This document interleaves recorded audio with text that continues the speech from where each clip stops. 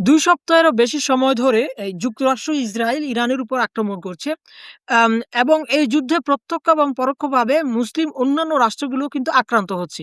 এখানে একটি বিষয় দেখা যাচ্ছে যে আমেরিকার মতো একটি পরাশক্তি যখন ইসরায়েলে আক আ এব এর সাথে মিশে ইরানে আক্রমণ করছে, তখন কিন্তু ইরানের পার্শ্ববর্তী কোনো আরব দেশ এই পর্যন্ত দাঁড়াচ্ছে না। আরেকটি বিষয় হচ্ছে যে মুসলিম দেশগুলো যে তথাকথিত প্যান ইসলাম অর্থাৎ বৃহত্তর মুসলিম সংহতি বারবার যে প্রচার করে আসছিল জাতীয় স্বার্থ এবং উপর প্রাধান্য দিয়ে যুক্তরাষ্ট্রের উপর বর্তমান যে তাদের এই নির্ভরতা তা কিন্তু সম্পূর্ণ বিপরীতমুখী একটি অবস্থান হিসেবে দাঁড়িয়েছে। দীর্ঘদিন ধরে অত্যন্ত অদক্ষতার সাথে আরব বিশ্বের কাছে নিজেদেরকে ইসলামী সংহতির রক্ষক হিসেবে ইরান প্রমাণ করার চেষ্টা করেছে এবং সেই মানবিক বার্তা দিতেই চেয়েছে। কিন্তু ইরানের যে বর্তমান যে আক্রমণ, বিশেষ করে ইরানের আক্রমণ যদি সীমাবদ্ধ থাকতো মার্কিন ঘাঁটিগুলোতে, তাহলে বিষয়টা বুঝা যেত অথবা মার্কিন স্বার্থ সংশ্লিষ্ট বিষয়গুলোতে। কিন্তু এখন দেখা যাচ্ছে যে অর্থনৈতিক অবকাঠামো, তেলের উত্তোলন কেন্দ্রগুলোতে, তেলের ডিপোগুলোতে এবং হচ্ছে বিভিন্ন ব্যাংক এবং হোটেল এবং রেস্টুরেন্টে ইরানের আক্রমণের বিস্তারের কারণে দেখা যাচ্ছে যে সাম্প্রতিক বছরগুলোতে ইরান যে একটা ইসলামিক ভ্রাতৃত্ব প্রতিষ্ঠা করতে চেয়েছিল তা এখন অনেকটাই প্রশ্নের মুখে। বর্তমান যুদ্ধ যেটা সেটা কিন্তু ধর্মের সঙ্গে খুবই কম সম্পর্কযুক্ত। এখানে মধ্যপ্রাচ্য ঐতিহাসিকভাবে ক্ষমতার ভারসাম্যের পেছনে যে ছুটছে তাই কিন্তু বারবার প্রতীয়মান হচ্ছে। একটি বিষয় দেখা যাচ্ছে যে এই অঞ্চলে বিশ্বজুড়ে ইসলামী প্রজাতন্ত্র ইরান কোনো কালে কিন্তু খুব বেশি মিত্রনীয় অবস্থান করতে পারেনি। তারা কিন্তু পুরোপুরি একটি বিচ্ছিন্ন দেশ ছিল। ১৯৭৯ সালে ইসলামী বিপ্লবের পর ইরান সুপরিকল্পিতভাবে নিজেকে একটি ইসলামী রাষ্ট্র হিসেবে গড়ে তুলতে শুরু করে এবং মুসলিম বিশ্বের সংগ্রাম, অত্যাচার, অবিচারের বিরুদ্ধে সংগ্রামের অগ্রনায়ক হিসেবে নিজেকে প্রমাণ করার চেষ্টা করে। তাদের লক্ষ্য ছিল নিজেদের ধর্মীয় শাসন ব্যবস্থার মডেলটা অন্যান্য দেশে আরোপ করা।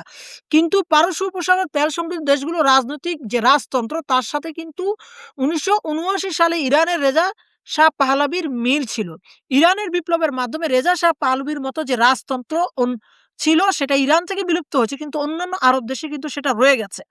এখন ইরান এবং সৌদি আরবের পাশাপাশি পারস্য উপসাগরের অন্য যে দেশগুলো, সেগুলোর মধ্যে কিন্তু এই রাজনৈতিক যে গতি প্রকৃতির নিয়ন্ত্রণ চলে আসছে বিপ্লব এবং বিপ্লব বিরোধী রাজতন্ত্রের অবস্থানের মাধ্যমে।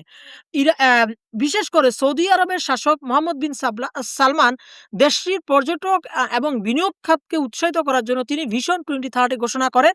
যেখানে তেল কেন্দ্রিক অর্থনীতি থেকে সম্পূর্ণ বিপরীত হয়ে নতুন একটি অর্থনীতিকে প্রতিষ্ঠা করার জন্য তার প্রচেষ্টা লক্ষ্য করা যায়। এখানে তিনি আ সৌদি ফুটবল লীগ থেকে শুরু করে পর্যটনকে উৎসাহ দেওয়ার জন্য ক্রিশ্চিয়ানো রোনালদোর মতো ব্যক্তিত্বকে নিয়ে আসেন। এই লক্ষ্যে রিয়াদ কিন্তু ২০২৩ সালে চীনের সহযোগিতায় ইরানের সাথে একটি সমঝোতা চুক্তি স্বাক্ষর করে এবং ২ দেশের মধ্যে কূটনৈতিক সম্পর্ক সৃষ্টি হয় এবং যুবরাজ সালমান যেকোনো মূল্যে এই আরব বিশ্বে তাদের স্থিতিশীলতা ধরে রাখতে চান। সৌদি আরবের ধর্মীয় রাজনীতি থেকে যে জাতীয়বাদের দিকে বিবর্তন এবং আদর্শ নিয়ে ইরানের অনড় অবস্থান এটা প্রমাণ করে যে রাজনৈতিক ব্যবস্থা সময়ের প্রয়োজনে পরিবর্তন হতে বাধ্য এবং মোড় নিতে পারে। কিন্তু ইরানের যেটা দেখা গেছে ইরান, লেবানন, সিরিয়া, বাহরাইন তাদের নিজস্ব একটি প্রভাব বলয় তৈরি করে এবং এই প্রভাব বলয়ের মাধ্যমে তারা নিজস্ব মতামত প্রদান করে। এমনকি হামাস এবং ইসলামিক জিহাদকে তারা হচ্ছে ফিলিস্তিনের গাজায় আ আ প্যাট্রোনাইজ করতে থাকে এবং এই প্যাট্রোনাইজ করতে গিয়ে দেখা যায় যে তারা কখনো আরব বিশ্বকে নিজের শত্রু বানিয়েছে, কখনো ইসরায়েলকে তাদের শত্রু বানিয়েছে এবং নিজস্ব প্রভাব প্রতিপত্তি বিস্তার করতে গিয়ে শিয়া সুন্নির দ্বন্দ্ব জড়িয়েছে এবং শিয়াদেরকে প্রাধান্য দিতে গিয়ে সিরিয়ায় তারা অযাচিত হস্তক্ষেপ করেছে এবং আরবদের উপর নিপীড়ন নামিয়ে নিয়ে এসেছে আলবি শিয়াকে সমর্থনের জন্য। ফলশ্রুতিতে এই ঝামেলা সৃষ্টি হয়েছে। তাই দেখা যাক এখন কোন পরিস্থিতি সৃষ্টি হয় এবং ভবিষ্যতে কোথাকার জল কোথায় গিয়ে গড়ায় এবং আ ইরানের এ কারণেই আসলে এই প্রভাব বিস্তার করার প্রবণতার কারণেই তিনি আসলে বন্ধুদের এই অঞ্চলে সেভাবে পাচ্ছে না।